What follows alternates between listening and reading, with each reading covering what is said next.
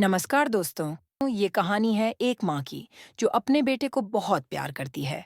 कहानी का शीर्षक है माँ का इंतजार।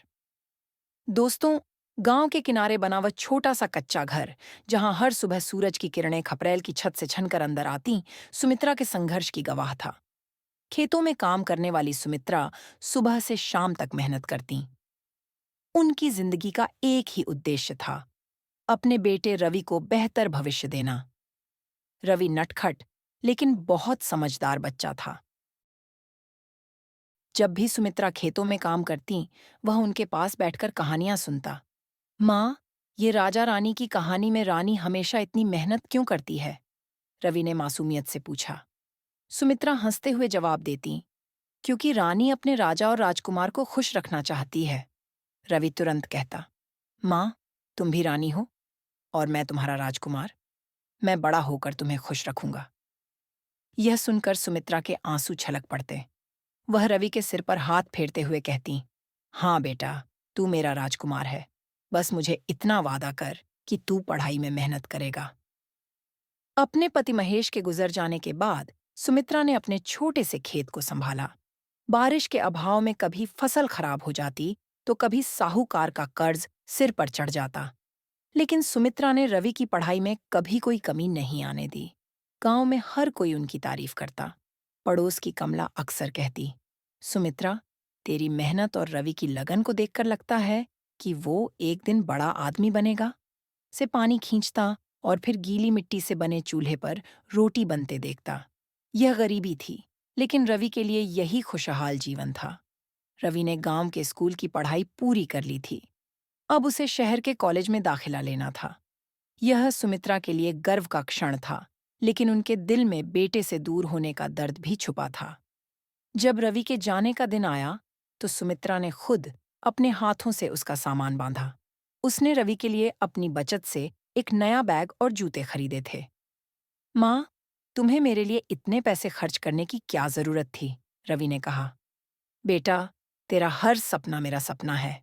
तुझे शहर में कोई कमी महसूस नहीं होनी चाहिए। सुमित्रा ने मुस्कुराते हुए जवाब दिया।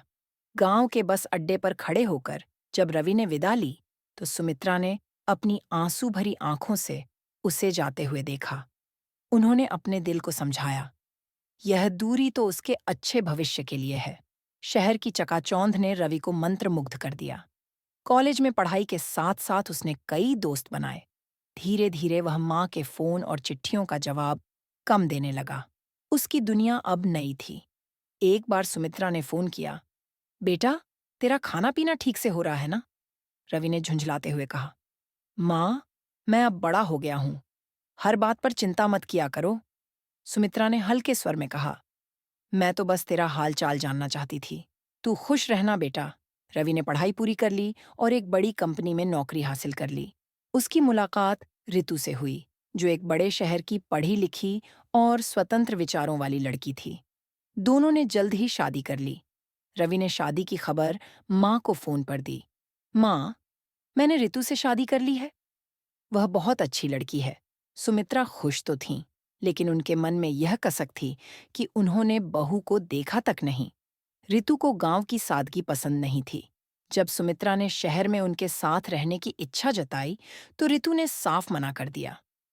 रवि, तुम्हारी माँ गांव में ही खुश रहती हैं। उन्हें यहाँ शहर की जिंदगी पसंद नहीं आएगी।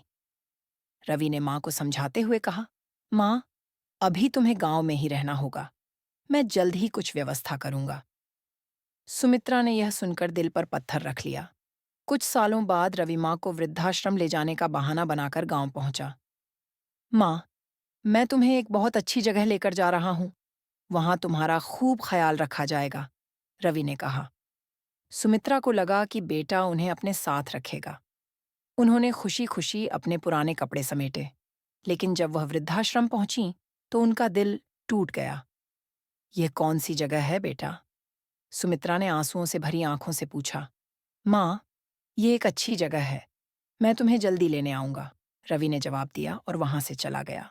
सुमित्रा ने बस दरवाजे की ओर देखा और रवि के लौटने का इंतजार करने लगी। वृद्धाश्रम में सुमित्रा हर रोज दरवाजे पर बैठकर बेटे का इंतजार करती। अन्य बुजुर्ग उन्हें समझाने की कोशिश करते, लेकिन वह बस मुस्कुरा कर कहती, मेरा बेटा बहुत अच्छा है, वह जरूर आएगा। सुमित्रा का यह विश्वास दूसरों के लिए आश्चर्य का कारण था। उनकी आंखों में बेटे के लिए प्यार और विश्वास की झलक थी, जो उन्हें जीने की ताकत देती थी। सुमित्रा की तबीयत बिगड़ने लगी। वृद्धाश्रम के कर्मचारियों ने डॉक्टर को बुलाया, लेकिन वह ज्यादा समय तक नहीं टिक सकीं। रवि जरूर आएगा, वह बहुत अच्छा है, यह कहकर उन्होंने अपनी आखिरी सांस ली। रवि को जब मां के निधन की खबर मिली, तो वह दौड़ा दौड़ा वृद्धाश्रम पहुंचा। वहां उसे मां की चिट्ठी दी गई, जिसमें लिखा था, बेटा रवि, मैं जानती हूं कि तू बहुत व्यस्त है, लेकिन मैं तुझसे नाराज नहीं हूं। भगवान तुझे हमेशा खुश रखे। चिट्ठी पढ़ते ही रवि फूट फूट कर रोने लगा। उसे एहसास हुआ कि उसने अपनी मां के साथ कितना अन्याय किया। यह कहानी हमें सिखाती है कि माँ बाप का प्यार निस्वार्थ होता है।